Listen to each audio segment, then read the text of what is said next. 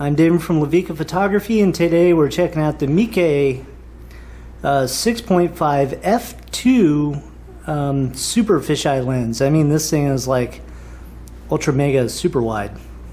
We're checking it out on the Sony a6000 and for micro four thirds on the Olympus OMD-em1 II.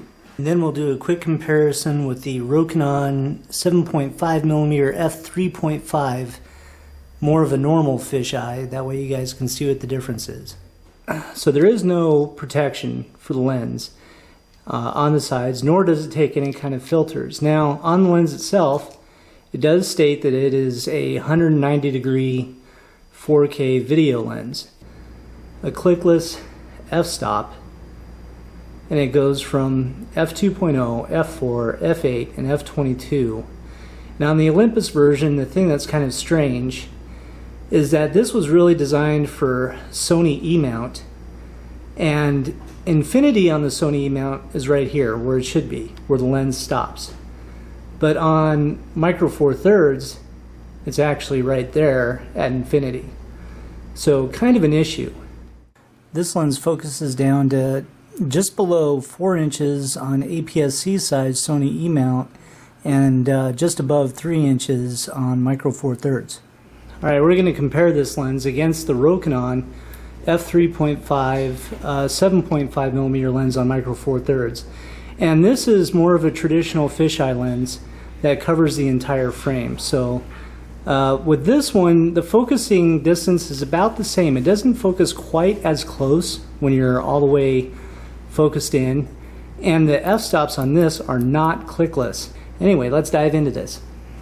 This was taken with the Olympus OMD-em1 II, and an extremely wide angle of view. I mean, we're talking a full 190 degrees, meaning past 180. You can see the line from the sidewalk here to here, and you can see how you can see just past that corner.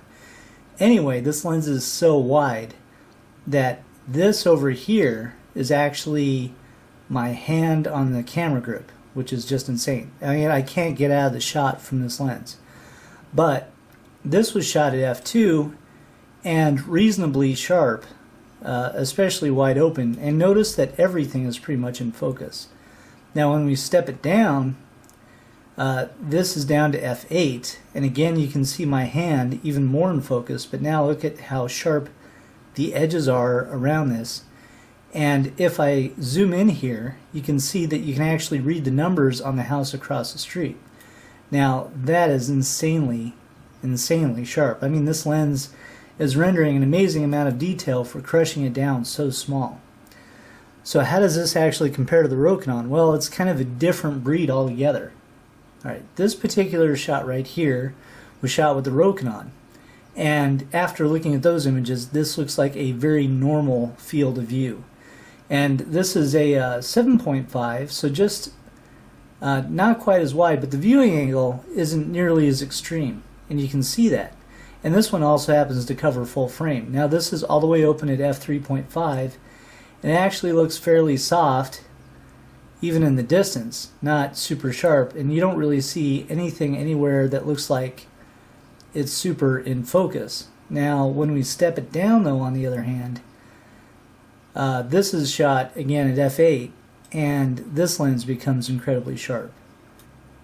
Now let's take a look at this rim on this Escalade, and this is a 22-inch wheel, and you can see that this is still an Escalade because we can actually see the label on it.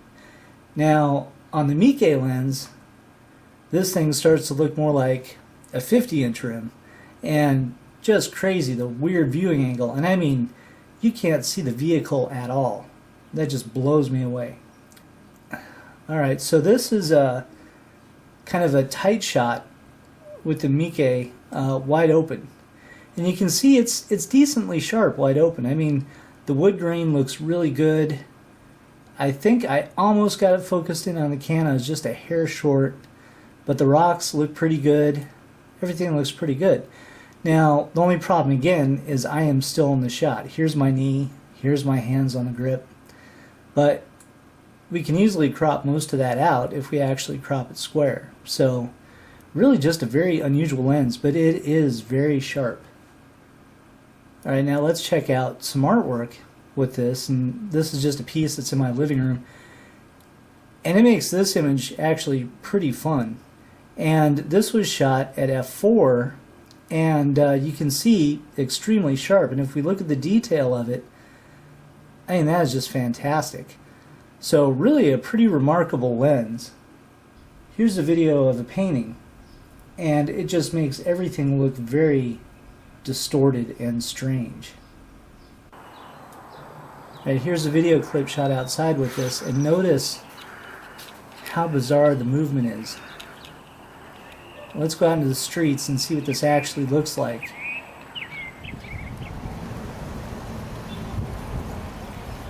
And this is just a surreal amount of movement.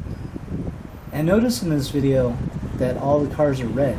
I don't know why they're red, it just happened that way. Freaking weird. Let's really show off what fisheyes are really good for. So here's a little video of my pets.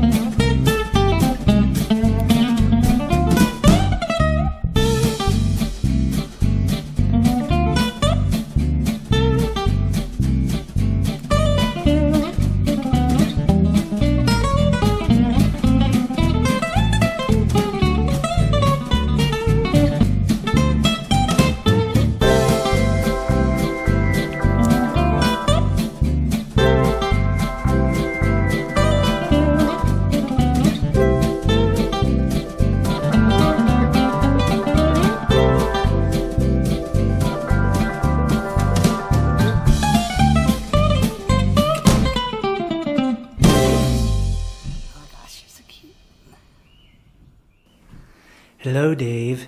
It's the HAL 9000, and I'm here to kill you. What was that? No, Hal, you can't kill me, damn it. So freaky, so freaky. Remember that view from 1968, Space Odyssey 2001? Anyway, they had a view very similar to this to kind of give you an idea. Love this lens. This thing is ridiculously sharp, but it's got a very wide field of view. To give you an idea right now, I'm very, very close to the lens. Really close. I mean, really close. So yeah, it's just an unusual lens. But anyway, it is as sharp as they said it is. And I want to thank Meike for actually sending me this lens.